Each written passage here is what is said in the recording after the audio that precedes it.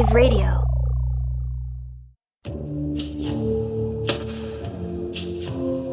You are listening to Texas History Lessons, a slow walk through Texas history made in Texas by a Texan for everyone, everywhere. Welcome to Texas History Lessons. I'm Michael, and this week we're going to be taking a look at this month in Texas history for February. We're going to time travel back and look at some important events in Texas history that happened in this shortest of months. February is a great month, especially since it's the third month of winter. And did you know February is the only month where it's possible to go the entire time without having a full moon? I did not know that, but it makes sense. 28 to 29 days, that could happen. And the odds of being born on February 29th apparently are about 1 in 1,461. Some important days to celebrate in February are February 1st is Ice Cream for Breakfast Day. Of course, Groundhog Day is the 2nd. In Mexico, it's Constitution Day on the 3rd, and on the 3rd, it's also National Frozen Yogurt Day. Of course, you can't forget Valentine's Day on the 14th, and especially significant is Random Acts of Kindness Day on the 17th. So keep that in mind as you go through this short month. February is, in Catholic tradition, the month of purification of the Blessed Virgin Mary. Interesting side note, February came from the Latin name and word for the month of February that meant purification. It's also American Heart Month, National Bird Feeding Month, National Children's Dental Health Month. And it's especially important, since we're here because of our interest in history, that it is also Black History Month. So let's go back. We're going to time travel back first to February 20th, 1685. And let's begin by traveling down to the beautiful Gulf Coast, where you can visit the rusty cast iron Matagorda Island Lighthouse that was constructed in 1852 to guide ships into Matagorda Bay. And if you do visit, amongst the deer, the alligator, all the different bird species that are down there with the mangrove trees, you will be standing near the site where, on February 20th, 1685, La Salle and his French colonists, having missed the mouth of the Mississippi River, set foot on land for the first time in 3 months since leaving Saint Domingue. It was there that they set up a temporary campsite before being led on the ill-fated attempt at colonization that led to most of their deaths. One person that was there and survived and wrote his observations down described his first views of Texas. His name was Henri Joutel. Forgive me, again, pronunciation's not my best thing in the world, but I do my best. He wrote, "The country did not seem very favorable to me. It was flat and sandy, but did nevertheless produce grass.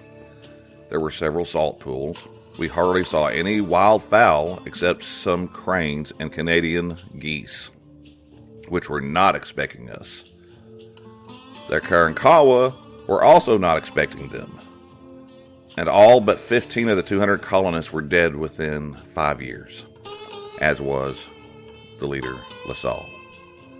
Despite his ineptitude, La Salle's ventures did give France a claim to Texas and opened up the Mississippi River Valley to development." Several years later, and many, many miles away from Matagorda Island, John Quincy Adams, son of President John Adams and future President of the United States himself, signed a treaty with Spain that renounced the U.S. claim to Texas on February 22nd, 1819.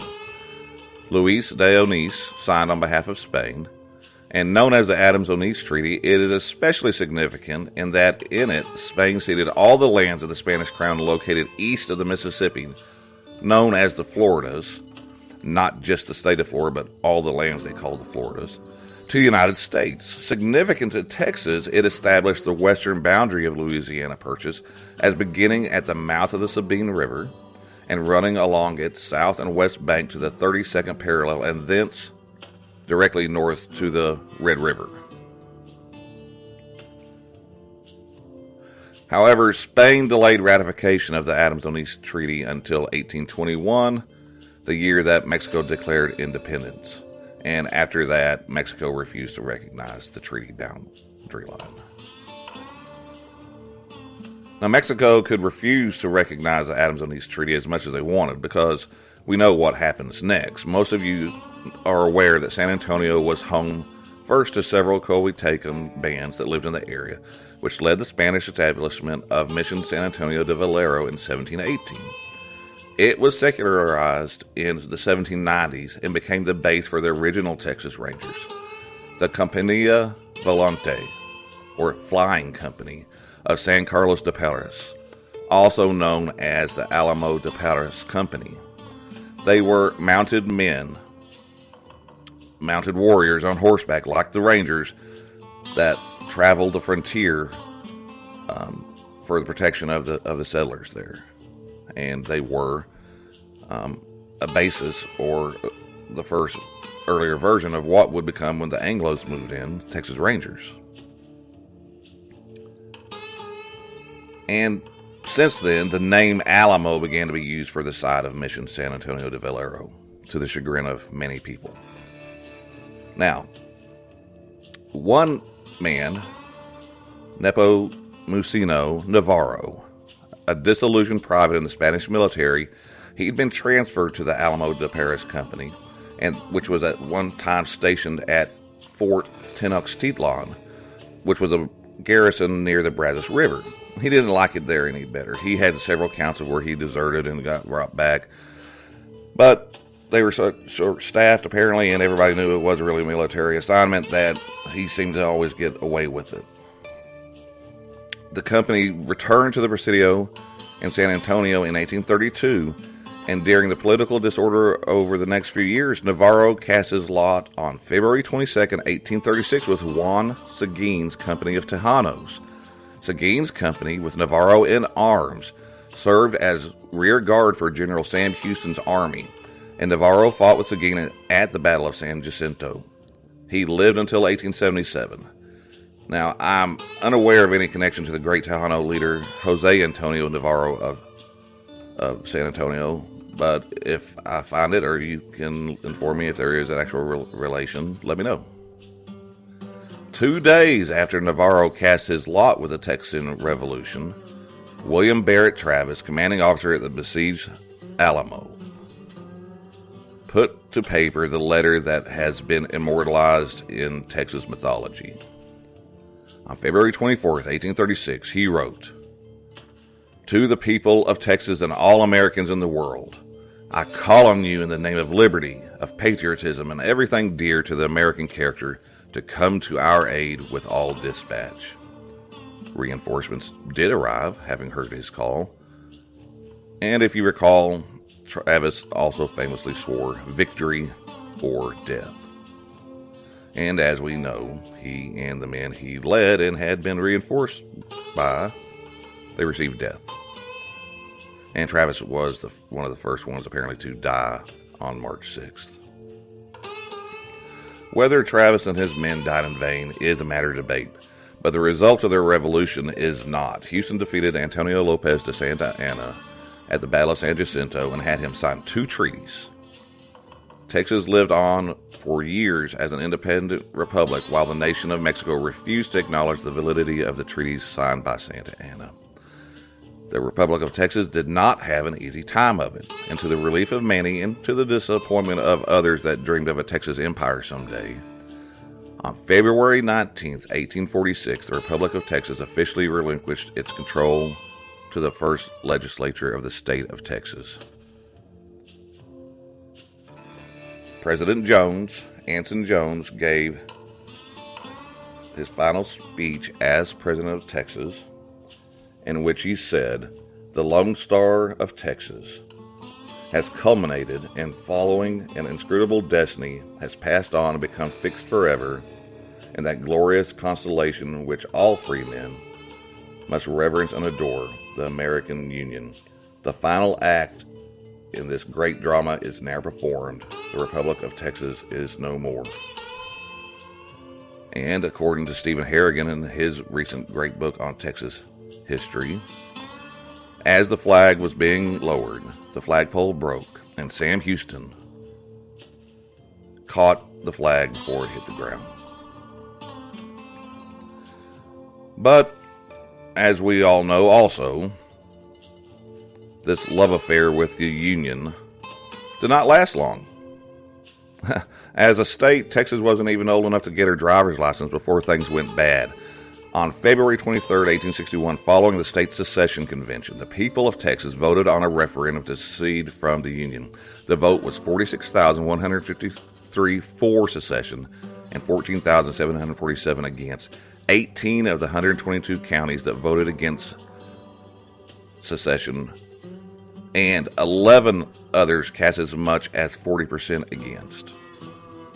75% of voters sided with keeping the enslaved 30% of the state's population that didn't get to vote. They voted to keep them in servitude. To give it a closer look, consider that 46,153 people that decided the fate of the state's population of 604,215. 421,649 were free, and 182,566 were held in bondage as slaves. Then the war that followed brought them emancipation. Now, one of those enslaved in Texas at that time was a man named Walter Moses Burton. Thomas Burke Burton brought Walter Moses, to Texas from North Carolina in 1850, when Walter was 21 years old. They settled and lived in Fort Bend County near Houston, kind of to the southeast, I believe. But unlike a lot of slave owners of the time, Thomas Burton taught Walter how to read and write. And Fort Bend was one of the 6 majority black counties in Texas in the 1850s. And by 1860, the slave population totaled 4,127, more than twice that of the 2016 whites. After the war, Thomas sold Walter several large plots of land, and Walter Moses Burton thrived. In 1869, he became the first black sheriff, not only in Texas but in the United States, to be elected. He also served as tax collector and president of the Fort Bend County Union League. He ran for the Texas Senate in 1873, and after having the election contested, on February 20th, 1874, the Texas Senate confirmed that his election was valid, and he became a senator to the Texas Senate. He served in the Senate from 1874 to 1875 and from 1876 to 1882. He was very active in championing the education of blacks, and his efforts helped get Prairie View Normal School, now Prairie View A&M University, established in 1876. It was the first state-supported institution of higher learning for African Americans in Texas. Walter Moses Brown died in 1913, and Mr. Burton was the last African American elected to the Texas Senate until Barbara Jordan's election in 1966. He was also the last black sheriff of Fort Bend County until this past November 3rd, 2020, when Eric Fagan was elected, and he took office January 1st, 2021 as the second black sheriff in the history of Fort Bend County. Now, on February 26, 1946, 70 years after Walter Moses Burton helped pass legislation creating Prairie View A&M, Heman Sweat, whose father had graduated from Prairie View in 1880, met with a delegation from the NAACP in Austin, Texas, and then went down to the University of Texas campus, where he presented a formal request for admission to the university's law school to University of Texas President Theophilus S. Painter and other university officials. He was, of course, not admitted, being black, and Texas had a policy of segregation. And it was verified that he could not go after the Attorney General of the state of Texas ruled to uphold the state's policy of segregation. The legal battle that followed led to the landmark case of Sweat versus Painter, 339 U.S. 629 in 1950. in which the United States Supreme Court ruled that Sweat and other black candidates could not be denied admission to the law school based on race. This was a successful challenge to the separate but equal doctrine of racial segregation established in 1896 by the famous case of Plessy versus Ferguson. Sweat versus Painter was also an influential case that played a factor in the landmark case of Brown versus Board of Education in 1954, in which the United States Supreme Court ruled that U.S. state laws establishing racial segregation in public schools were unconstitutional, even if the segregated schools were otherwise equal in quality. Sweat did register in September 1950 for University of Texas Law School, but health problems prevented him from finishing. He did go on and have a successful career as an activist and as a worker in other projects. And in 2005, the Travis County Courthouse in Austin was renamed the Heman Marion Sweat Travis County Courthouse. That's going to do it for this week and this month. A short episode for a short month. Actually, I'm just saving up. I don't want to make too long of an episode for this. There's going to be lots of things we'll talk about in the future next February, saving some back. And